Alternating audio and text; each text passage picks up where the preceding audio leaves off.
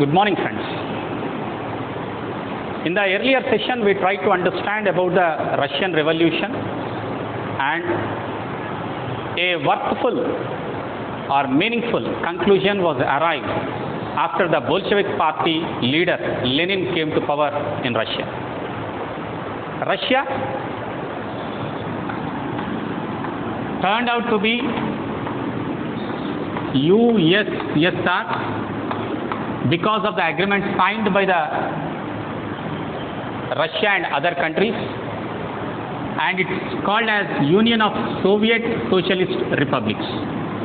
This took place in 1924, and one major event which took place in 1924 was the death of Lenin. Lenin died in 1924. After the death of Lenin, Stalin has come to power in Russia. Stalin continued to be the leader of Communist Party of Russia for more than 2 decades, and by using his undisputed power and control over the Russians, he tried to build Russian economy. Russia has seen a massive change under the leadership of Stalin. Stalin introduced in 1928 the policy of 5-year plans. A planned economic development was introduced by Stalin in 1928, which we famously call it as 5-year plan. This 5-year plan has a twin policy. One is rapid industrialization, the other is collectivization of agriculture. This twin policy made Russia a superpower in the coming decades. Collectivization of agriculture was protested by many farmers, especially large farmers, for which Stalin imprisoned them, and some of them were even sentenced to death, and even they were deported to other countries and islands. Whoever led protests against the government, against the policies, were deported or either sentenced to death. Collectivization of agriculture allows the small farmers to pool the resources of the village and to produce in large scale, and the share will be divided. Whatever they produce, the goods will be shared among the cultivators as per their share in the village land. Russia experimented this collectivization of agriculture and was successful. Initially, there was a decline in the agricultural production, which led to a poverty or scarcity of food grains in Russia, in which a large number of people died. But very soon the agricultural production got doubled, and as a result the industrial production also started with a huge increase in the agricultural production. The rapid industrialization made the workers to work in poor conditions. They built in a 3-year span of time, a big steel plant in Russia. Because of this rapid construction, the steel plant has to suffer 550 work stoppages in a single year. It shows the Russian commitment to build a modern industrialized economy. Russia has universalized the education system.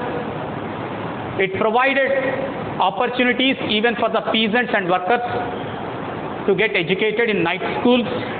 It provided crèches at the workplaces for women. It has provided free education and free medical services for the people. Model quarters were constructed. Of course, there is a limit the government funds were limited.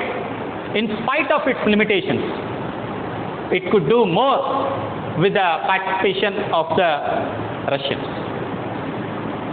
During the same period, the Western countries where capitalism,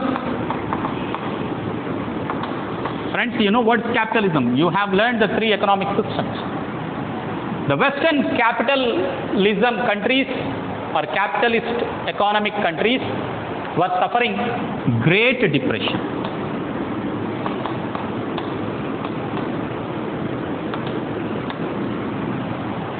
Workers became unemployed. There was no demand for the factory goods.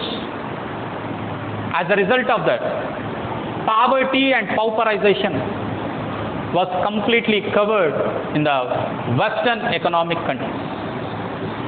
Whereas Russia has taken pride in implementing the concept of state-owned production, how much to be produced and at what cost to be sold will be decided by the state.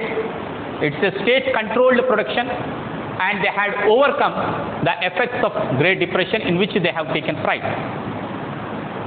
Russian model was inspired by many other countries even. They wanted to establish a similar model government even in India and in many other parts of the world. From India, the people like M.N. Roy had established the Communist Party of India. People like Swami Vivekananda, Jawaharlal Nehru were great enthusiasts of socialism or communism. These people try to implement the state-owned production even during the Indian developmental model. After the Russian model of development, now let us move on to another topic, the Great Depression. This Great Depression has taken place between 1929 to 1939 for 10 years. This is one of the longest and the worst economic crisis that world has witnessed till today. Why I called it as an economic crisis? There was a gradual decrease in the demand for the goods. As a result, factories have closed, and further, only very few factories were working. They have increased the prices. Because of increase in the prices, further the demand fell down, and this cyclic effect caused unemployment. It is estimated that in 1929, nearly 25% of Americans and 33% of other countries were unemployed. It's a huge percentage. It was argued that capitalists were responsible for such kind of or the state of affairs. As a result of decrease in the agricultural production, 60% of agricultural prices fell down, which led to the pauperization of farmers and stoppage of cultivation economy. Even rural areas were affected because of factories getting closed down. Initially, the pressure or the effect was seen only in the cities where factories were established. But later, even the farmers felt the wrath of it. It was argued by many economists that government should spend money on large public activity in order to create the demand. And one of the famous economists called as J.M. Keynes, one of the most important things this is, J.M. Keynes argued that government should spend money on the public work in order to generate the employment so that it further creates the demand for the goods, and this vicious circle keeps on moving. The economy keeps on moving. It's the duty of the government, he argued. But the capitalist governments were not interested in investing money, huge money, into this public work. As a result of that, it continued for many years. It continued for 10 years. The American president, Franklin Roosevelt, it was Roosevelt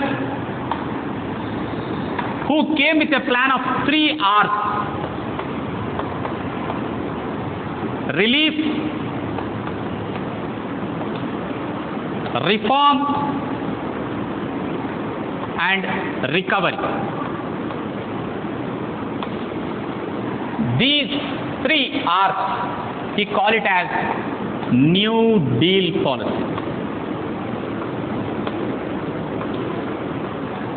Relief for the victims who are suffering from the Great Depression, reform of the financial institutions, and recovery from the effects of Great Depression. These were the 3 R's policy which has been introduced by the Franklin Roosevelt.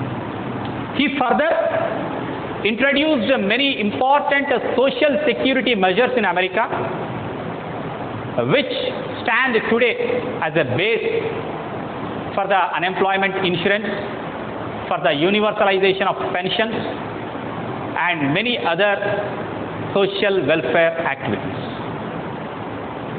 And even Britain also started following the same kind of activities like unemployment doles or unemployment insurance, social security, and even pension for the retired people.